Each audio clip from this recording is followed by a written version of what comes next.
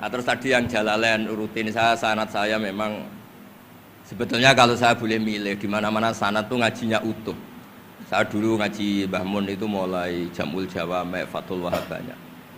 Sebagai keluarga Quran, bapak saya itu hafal Quran tuh kayak Fatihah, ma'ruf itu di daerah saya. Tidak ada orang hafal Quran kayak Fatihah kayak bapak saya itu.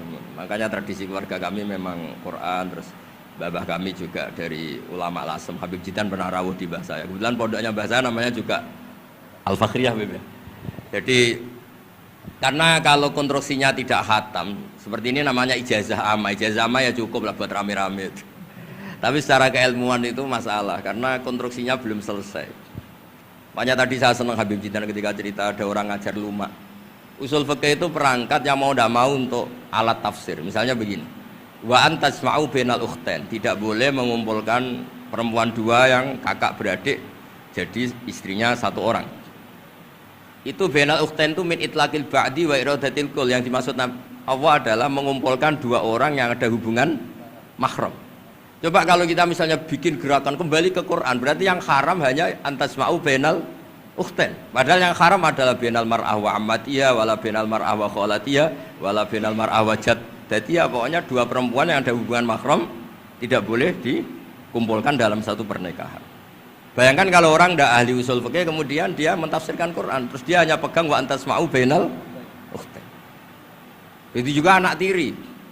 Ada aturannya, lafadz yang keluar karena ghalib itu tidak punya makna. Misalnya begini. Anak tiri yang nggak boleh dinikahi adalah waroba ibukumul lati fi hujurikum. Anak tiri yang serumah. Padahal anak tiri serumah tidak serumah, kalau ibunya sudah kamu kumpulin kan tidak boleh dinikah.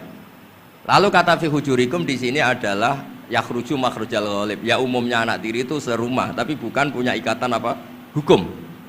Nah, hal seperti itu kan riskan kalau kita tidak mengaji usul fikih, apa kaidah fikih.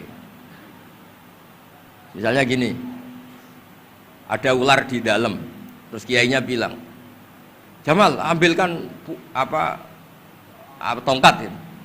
Terus kamu karena agak dipanggil namanya terus gak ngambil tongkat. Oh yang dipanggil Jamal bukan saya. Ini santri geblek dah. Sebenarnya kata manggil itu qaulun nabi li ahadin min ashabi itu qauluhu lil jami. Yang hal-hal yang baik, yang darurat siapapun yang bisa melakukan harus melakukan itu meskipun gak dipanggil. Coba semua wiridan ya Mu'ad inni uhibbuka. Fakul dubura kulli sholatin Allahumma a'inni ala dzikrika wa syukrika wa husni ibadatik. Sebagai riwayat fala tada'anna dubura kulli sholat. Terus kamu bilang nama saya ada Mu'ad loh. Berarti tidak kena ijazah itu. Itu harus ada analisis usul fikih. Kalau enggak ya habis kita. Semua wiridan tuh ya Abu Hurairah, ya Mu'ad, ya Aba. Nah, terus kamu saya ada yang di waksiati Rasulullah, ada yang diijazahi ya enggak bisa. Jadi masalah sana tuh maunya kalau sampean orang baik ya semua kebaikan tuh saya ijazahkan. Ya tapi tentu beda yang ngaji betulan sama yang ngaji begini-begini itu. Ya memang seperti itu karena kalau ingin jadi ulama konstruksinya memang harus utuh. Karena tadi ada usul fikih, ada kaidah fikih, ada macam-macam kayak tadi wa antasma'u bainal ukhtain. Itu ya zaman Nabi Sugeng sudah nambahi wala bainal mar'ati wa amatiha. Tidak boleh menikahi istri dan budenya atau bulenya. Nah kenapa Nabi tidak bilang wala bainal mar'ati wa jaddatiha? Kayaknya orang kelainan kalau kepikiran seperti itu. Loh kalau bule itu masih masuk lah. Ya misalnya istri kamu 17, bulenya 27 kan kok cantik budenya kan masih bisa mikir gitu. Tapi kalau istri kamu 20, mbahnya 80 kok kepikiran itu kan. Sehingga di hadis memang hanya wala bainal mar'ati wa ammatiha wala bainal mar'ati wa kholatiha. Nabi tidak mengatakan wala bainal mar'ati wa jaddatiha. Kayaknya kalau orang normal tuh tidak kepikiran itu. Ya tapi apapun itu nyatanya Quran hanya wa antasma'u bainal ukhtain. Itu kalau nggak dijelaskan pakai usul fikih ini min itlaqil badi wa iradil kul secara balaghah. Ya itu kan tidak bisa. Nah, di sini pentingnya ngaji khatam. Makanya saya suka ngaji Jalalain dengan penjelasan fikih, penjelasan usul fikih karena supaya orang tuh tahu lah bahwa maknani Quran tadi seperti yang didahulukan Habib Jindan itu. Ya kalau kamu tidak menguasai betul terus akhirnya ngomong menurut saya, Quran kok menurut saya, menurut perasaan saya tidak bisa. Kata Habib Jindan kok biroyi ya sudah pesan tiket di neraka. Ngeri kan? Apalagi sudah biroyi dapat penghormatan, dapat uang, dapat panggung. Islam kok menurut saya, loh ini Islam yang menurut Rasulullah, Islam kok menurut saya. Makanya ini saya fanatik bahwa kitab tadi saya tunjukkan ke Habib Jintan beberapa kitabnya Said Muhammad yang menyebut mbah beliau apa supaya mudawwan. Dulu itu ada orang alim alama namanya Les bin Sa'ad. Kata Imam Syafi'i, "Al-Les afqahu min Malik illa annahu daya'ahu ashabuh."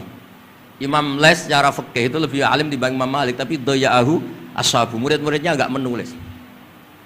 Andai kan Habib Salim tidak punya putra Habib Novel, tidak punya cucu Habib Jintan, mungkin orang enggak bakas lagi Habib Salim.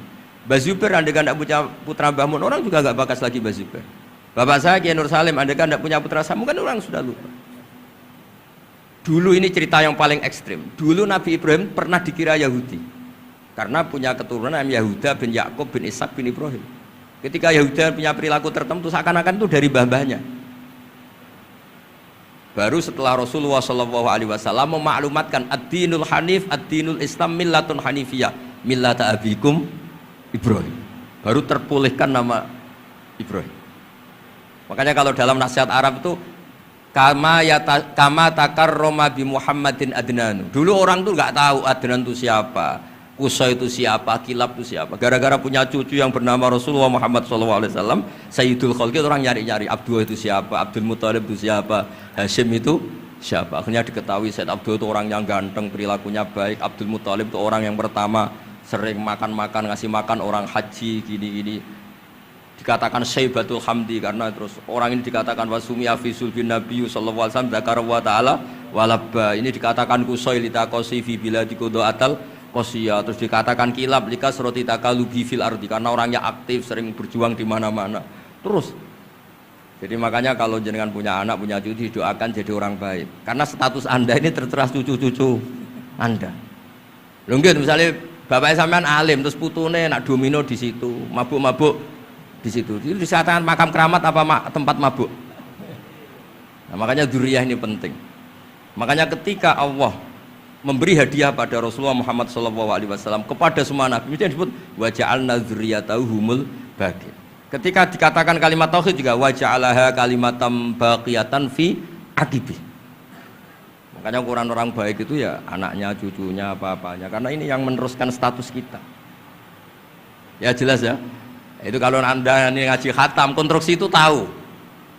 Tapi kalau tidak khatam, ya hanya modal qabilna terus. Ya tapi agak apa-apa daripada sama sekali. Malah yudraku kulluh, la yudraku kulluh. Nggih, kersane disambung Habib Jinten. Mau tersane kula nggih